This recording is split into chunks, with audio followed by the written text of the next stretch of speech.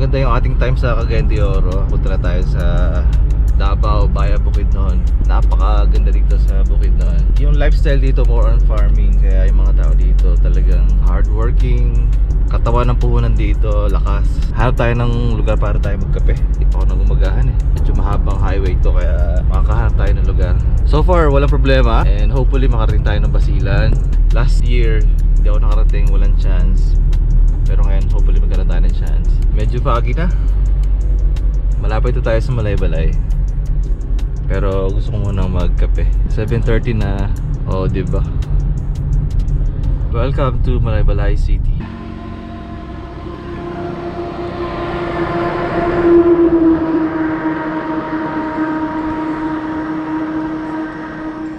Dito lang ako nagkape sa may highway. Andito tayo sa may laundry shop, sa may Amadeo. Nakapark tayo dyan ngayon. Dito yan sa bahay ng Malaybalay.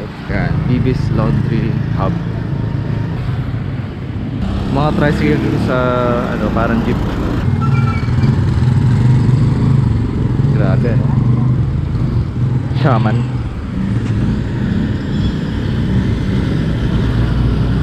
Ito pa.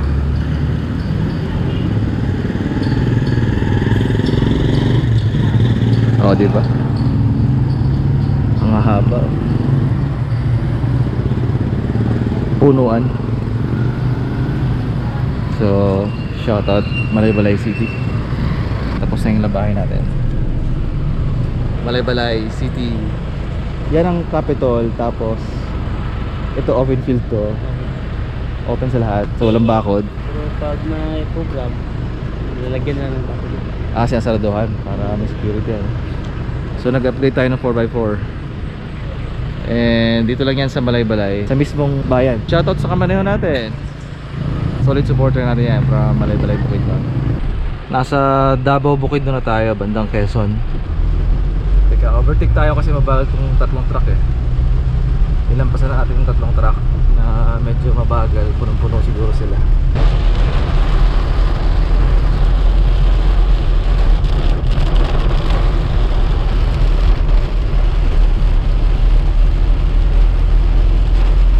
Grabe ang lakas. Ayun pa tayong 3 hours na biyahe. Bukidnon, Davao itong kalsadang ko. Pero puro tubuhan siya. Dito na tayo sa may parting Quezon. Malakas pa rin ang ulan. Oy, umaraw na.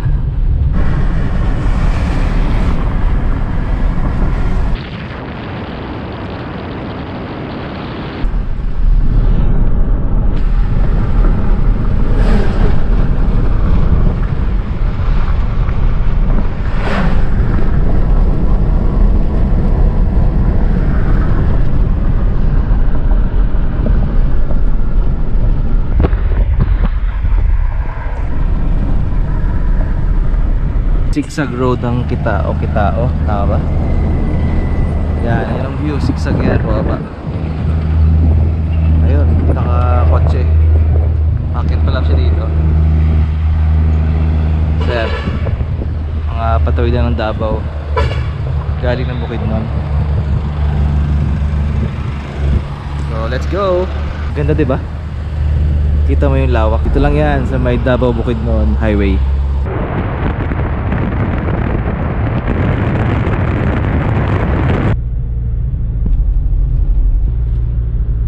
Approaching na tayo sa may Arakan, yung sikat na eagle statue dito sa papuntang Davao. Second time around. Ayan, diba? Alas 5 na. Isang oras na lang, nasa Davao na tayo. Lakas ng ulan, nakawa na yan. Papasok pa lang tayo sa syudad and medyo maulan. Pupunta kami sa Andale, sa Coastal Road, yung bagong kalsada dito sa Davao. Salamat sa mga na-meet ko kanina. Shoutout sa inyo lahat. Sobrang daming nabara dito sa Davao talaga, grabe. Ito na yung Coastal Road dito sa Davao.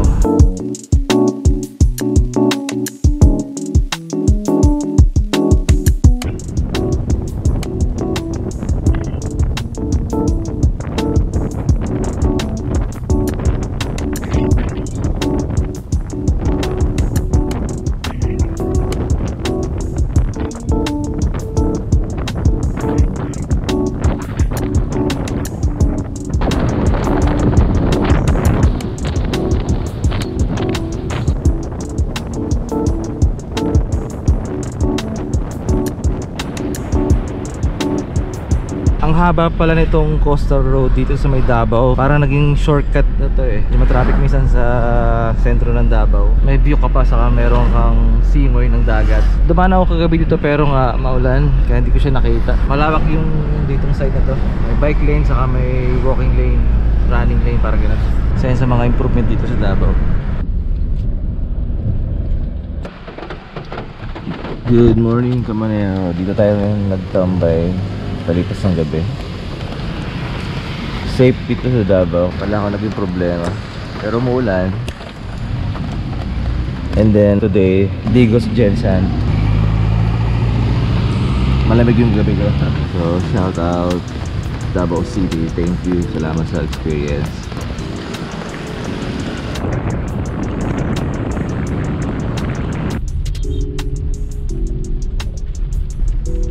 Welcome to Digos City. Isang oras galing sa Davao City. Nasa Digos City na tayo mga Kamaneo. After to Gensan tayo.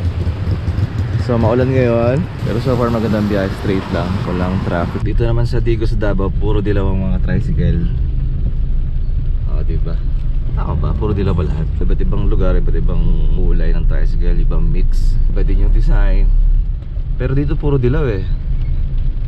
Pansin ko lang. Shout out Digos City. Gaisano Grande, Digos.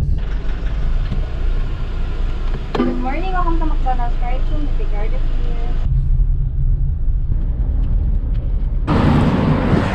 Welcome to Sarangani Province.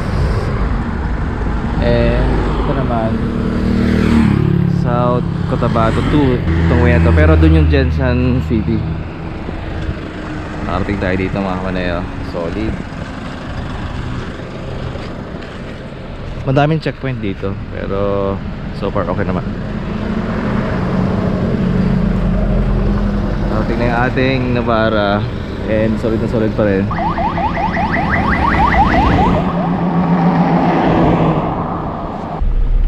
Provincial capital of Sarangani. Pasok tayo. Pwede ba?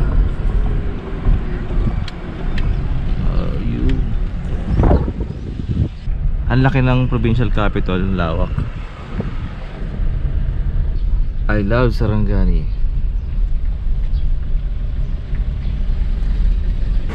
May open space na green dito. May legislative. Sa likod meron pa mga building.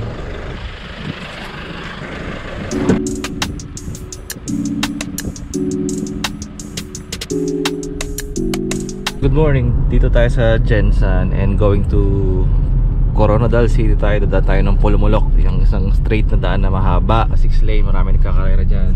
Lalampasan natin ang Gensan City and then diretso na tayo sa may kanan papuntang Coronadal. On the way tayo sa Marble, Coronadal City. Ayan, may Fort Gensan and maraming sasakyan dito, maraming tao dito. Andyan yung Lake Cebu. Magkano kaya diesel dito? Mas mahal daw sa Coronadal. Mas mura dito sa Gensan. Airport sa may kaliwa, kanan Davao City, and then diretso ay Coronadal. Kaya maraming drug diesel dito sa Gensan eh. Ganda ng highway eh. Pero feeling ko yung ginagawang beautification dito sa kalsada, like itong kinain space, ewan ko lang kung talagang nagpapaganda ba talaga siya or minsan nagkakos ng accident. Dito yan sa may bandang Pulmulok Highway. Pasok tayo sandali dito sa may Pineapple Farm.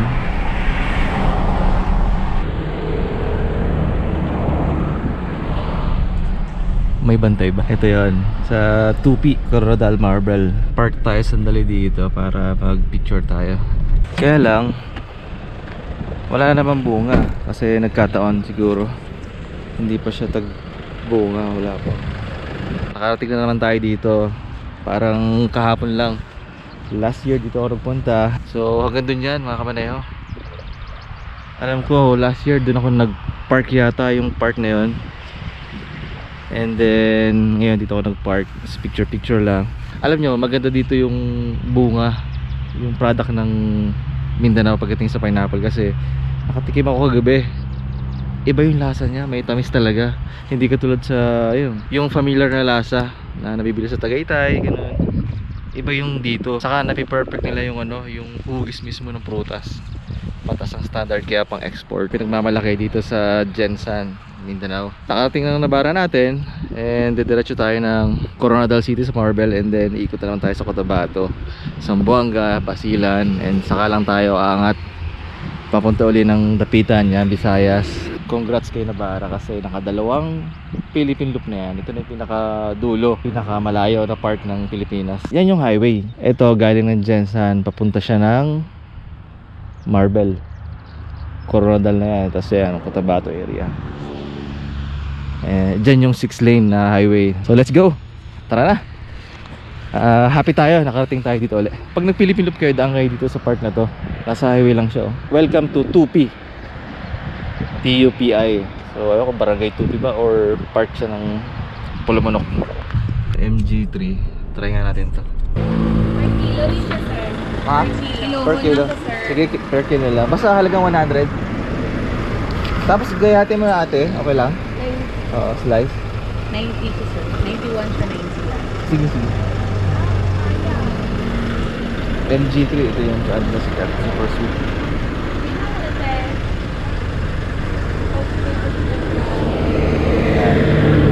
Tikim tayo. Papa-slice ko na para matikman natin habang nasa biyahe.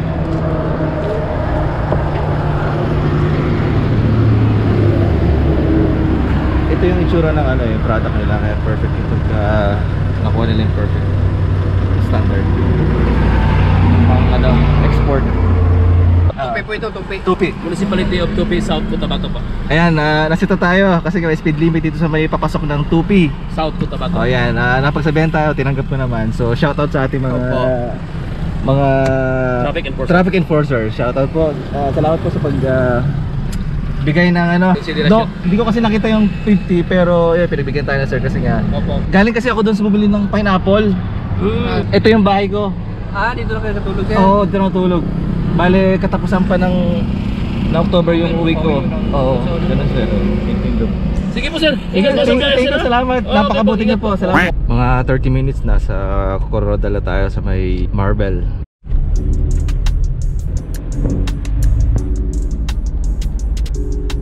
All homes.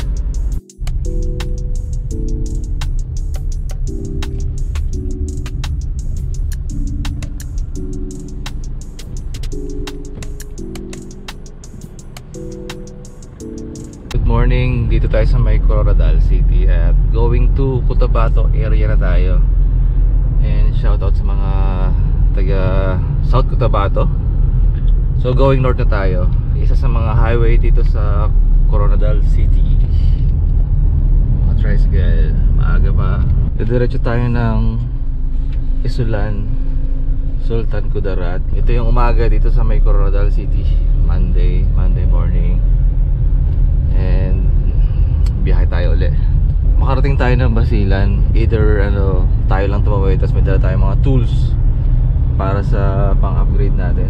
Ito na yata yung Midsayap Marble na kalsada, South saka North Cotabato. Ito yata yung kalsada na yun. Dito yung papunta kina Patuan, Sharif Agwak. Yan. Maganda ang straight na highway, 6 lane kapag araw. Pero pag gabi, nakakatakot din kasi masyado siyang straight. Hindi katulad ng mga kalsadang may kurbada minsan liguan.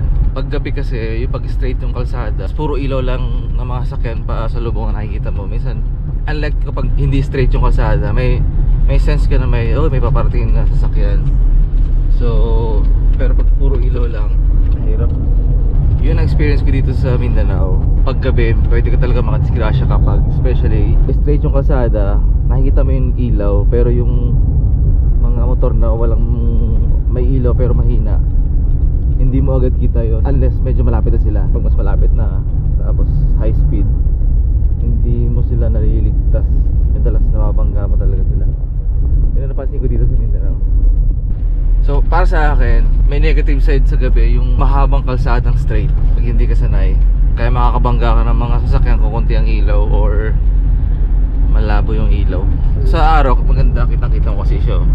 tabi lang talaga medyo iba din. Iba din talaga yung style ng driving. Welcome to Sultan Kudarat 1st District sa may Tacurong. Welcome to Tacurong City, Sultan Kudarat 1st District.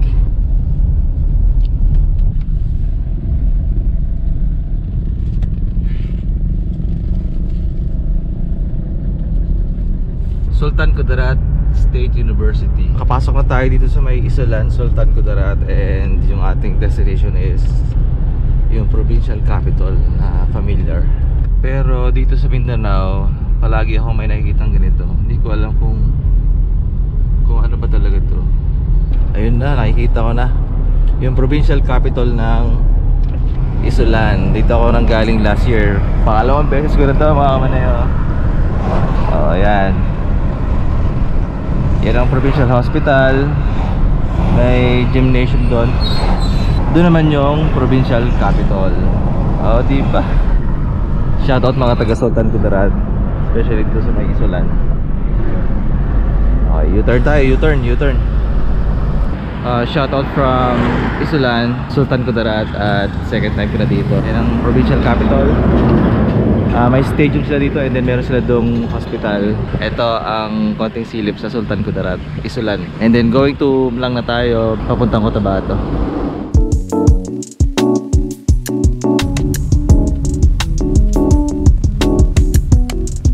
Buluan and Dato Paglas Road. Ito yung kinakatakutan dati, pero ngayon safe na. Dito uso yung mga hinaharangan ng kahoy, tapos hold the bed. Pero ngayon safe na. Nung 90s yun ha, nung 90s. Ngayon iba na ang isip ng tao dito. Dito yung provincial capital ng Maguindanao del Sur. Sakop nito yung Buluan, Paglas. During 90s daw, dito uso yung nang-hold up sa kalsada. Pero hindi na, marami ng tao dito. Kaya ito safe ng daanan dito. Dito na yung papuntang Blang. Kakaliwa tayo dito sa Rotonda. Ito na ako sa may bandang Matalam, papuntang Pikit, North Cotabato. So lagi mayroong rotonda. Kakaliwa tayo dito. Ito yung siyudad ng Kabakan. Shoutout mga kamaneho dito. Tanghalin tapat na busy dito sa Mindanao. Harap tayo ng bangko, gulog tayo ng pera. Municipality of Pagalungan, Maguindanao del Sur. Ito naman yung Pikit Public Market. Sikat din tong lugar na to. Diretso tayo sa may Midsaya, Pikit Municipal Gymnasium. Siguro graduation to.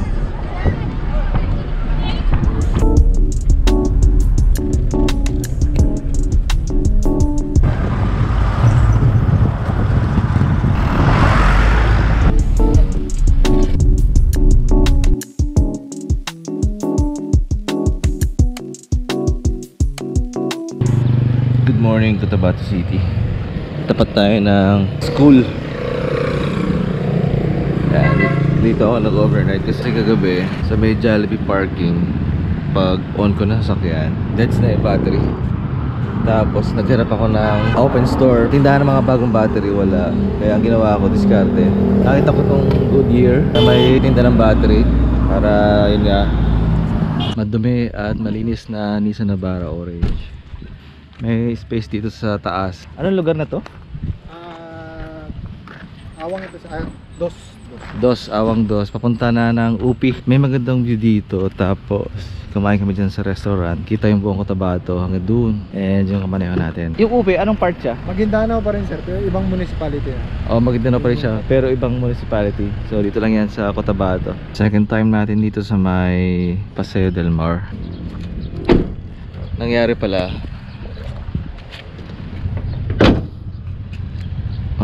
sa Navarre, from Pagadian to Cotabato, nalaglagan ako ng trifold. Kaya yan ang itsura niya ngayon. Nagtry ako tumuwid mula sa Cotabato going to Pagadian City. At syempre gabi, medyo nakakakaba. Kaya may kasabayan ako, so medyo mabilis kami. May mga lubak-lubak. Hindi ko napansin na yung trifold ko naglag. Convoy kami, so yung nasa likod ko pwede nyo sabihin nahulog yung trifold ko, busina siya gano'n, kaya lang wala. Kasi pagdating sa part na yun, pag may nahulog kang gamit, automatic na yun. Kaya wala tayong cover ngayon. Tumagal na rin sa akin yung cover na yun. Unang loop ko, yun ang gamit ko. Ngayon pangalawa, hindi pa ako nakakalahati, nawala na siya. Sa kabila niyan, basila na. Second time around, the best talaga itong nabara natin. Nakadalawa na dito sa Zamboanga City. Good morning. Dito tayo sa may Zamboanga Port, papuntang Isabela, Basilan. Ito yung unang aalis. Kaya lang hindi natin abutan niya kasi may mga nabook na puno na kagabi. So ito yung ating sasakyan. 6:45 ang alis. I feel safe naman pagdating sa process. And yung nabara natin, pasakay natin yan.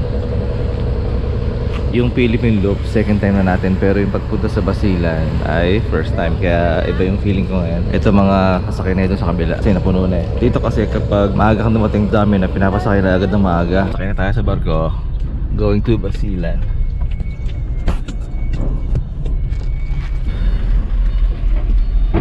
Naka-set up na tayo lahat dito. Naka-arrange na tayo. So marami ding mga tumatawid from Zamboanga to Isabela, Basilan.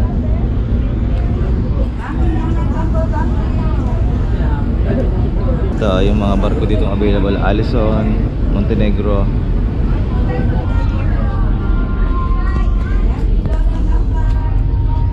Ito yung Paseo del Mar. Halos mapalibutan ng mga island. Meron namang bus na naghahatid ng mga pasahero papunta dito sa Pantalan. Yan o, yung Alison Shuttle Bus. So ito yung proseso dito.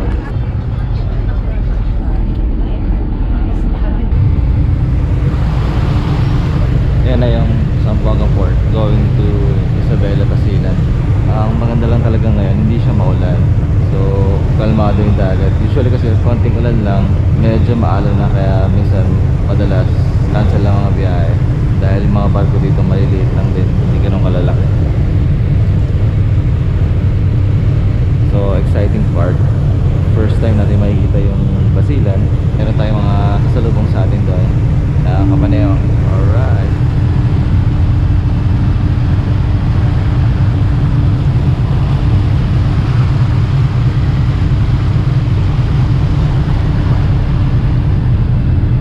So actually doon lang yung Isabela, yung mga barkong dumarating. Mamayang hapon na yung iba, pero marami ding biyahe. Mamayang hapon yung ating balik.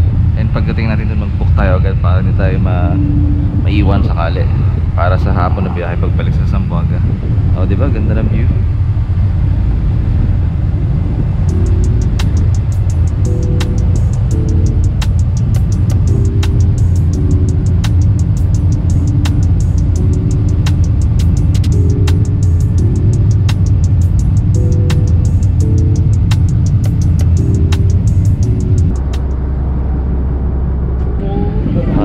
Sa Basilan. Ito ang bunga at mga kabahayan.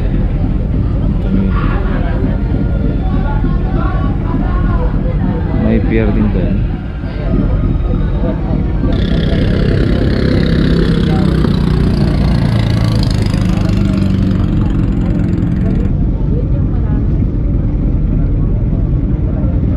Ito na yung maliit na pier sa may Isabela, Basilan. So welcome to Isabela, Basilan. Ayun, may highway dun. So yun ang mga pangarga dito. Tawid going to Isabela. Galing tayo ng Zamboanga. Success tayo mga kamaneo. Nakarating tayo ng Basilan. Shout out sa ating kamaneo dito sa Maluso. Maluso, Isabela, Basilan. So papunta tayo sa Maluso. Yan ang kanya na barang maganda. Oo. Mga ilang oras ang biyahe sa Maluso? 30 minutes, depende sa takbo natin. Malapit lang yan. Ah, malapit lang. Ito city kasi ito, Isabela City. Isabela City. Pagpunta natin doon, parang ano na yan. Medyo parang liblib na. Basta safe tayo ha. Safe yun. Sige. Maluso. Maluso. Going to right, tapos Lamitan, ito diretso. Ito na yung pinakamalayo ko narating sa Pilipinas. Sa Pilipinas. Sa norte naman, sa Luzon ka ba? Galing Luzon? Luzon ako, umikot muna ako ng Ilocos eh. Tapos papuntang Mindanao. Oo, para mabuo ko yung mapa ko. Ito yung highway na tulay nakita ko doon kanina sa barko. Mga highlands, tas marami ding nabara. Masaya ako dito, nakarating ako sa Basilan. Ito na yung pinakamalayo ko narating ng Nabara. Kaya nga, Indonesia na yung dulo, no? Tawi-tawi. 205,000 kilometers na tinakbo natin. Ito yung rubber plantation, puro rubber lahat yan. Produkto dito sa Basilan. Yan, puro mga rubber yan, yung mga hinihiwa tapos iniipon na rubber. Checkpoint. Uy. Special Force Battalion.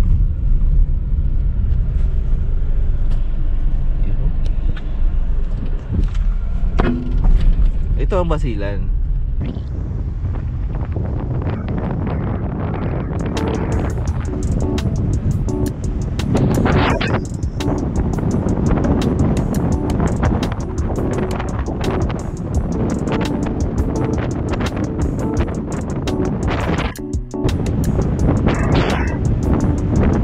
Dito maraming checkpoint, 4 na. Ito papunta din to sa ano? Sa Maluso. Kairan ito, napapasok dito sa kabila. Yan diretso na yung pamutang Maluso. Diba? May Comelec checkpoint kasi nga may election na this coming 30.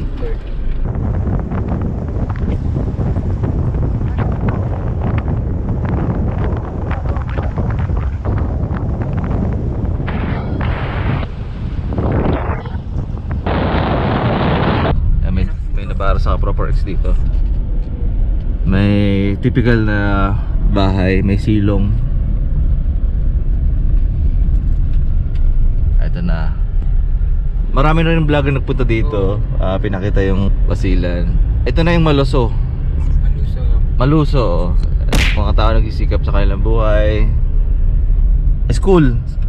Makti. Oo. Daming tao dito. Madami. Hindi mo ma-imagine. Ito yung police station. Sa lugar na to, walang masyadong history ng kidnap. Sa kabila daw. Anong lugar yung sa kabila? So, ayan, nag-progress yung lugar. Magkakaroon ng mall dito eh, pagdating ng panahon. Dito pala sa Basilan, ang kultura, di baling wala ng pagkain basta may sasakyan. Ang daming sasakyan dito. Kasi nga parang maganda pag may sasakyan ka, no? Oh, traffic. Teka.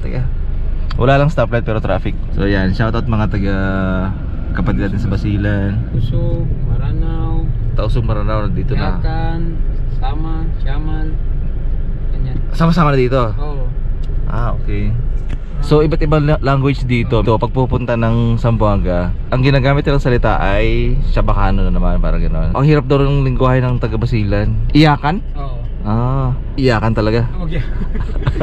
Ganun talaga. Yun siya, buhay ang kalakaran dito.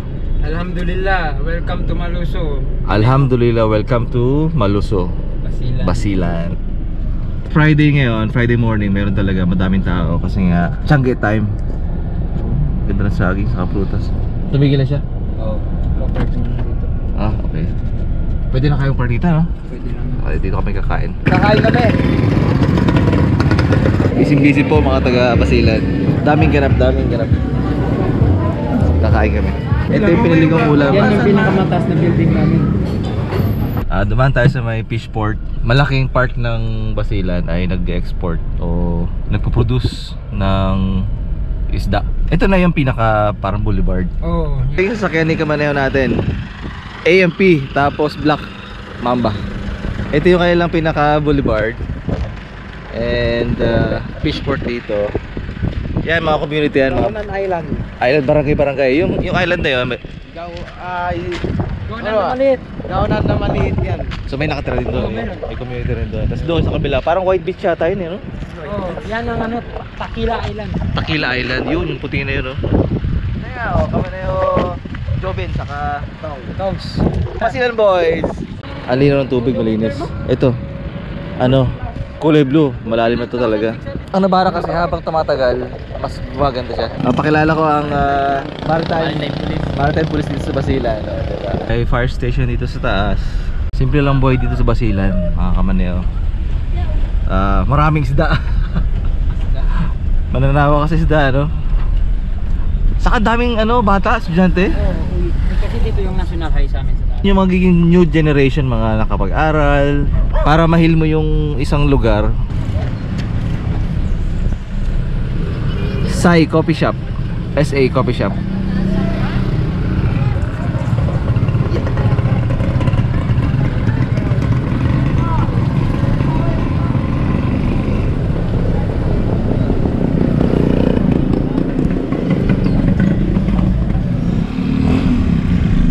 wet market, pero yun o, basketball court.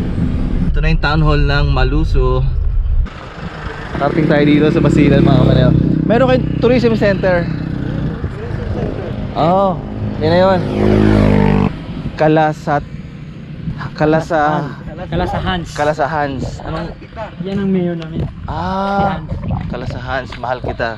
Mahal ka ni Hans, gano'n parang gano'n. Mahal ka ni Hans. Ah, okay.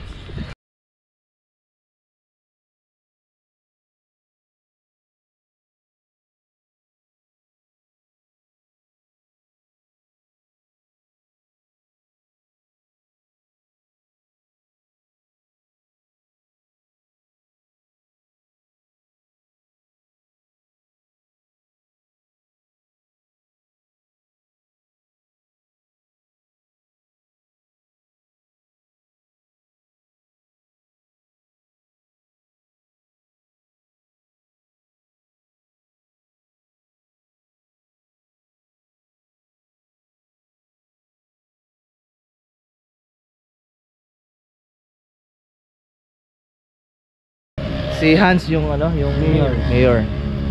Yung Kalasa ay ano? Yung kalasahan, mahal kita. Mahal kita. So mahal ka ni Mayor. Oo, mahal ka ni Hans. Ayan. So nabara natin, nakapark doon. Meron pa tayong unit na isa, pero mamaya na rin. Pero ito yung lugar ng ano, Basilan, Maluso. 1 hour from Isabela, or less than an hour. Para ka daw terrorist. Meron pa isang orange na dumating na nabara. Sabi sa niya maraming nabara dito sa Basilan eh. So yan, mag-upgrade tayo ng mga nabara dito. Mga tropa natin. Bali 3 yan. And sa may likod ng town hall, meron dyang space para mag-upgrade.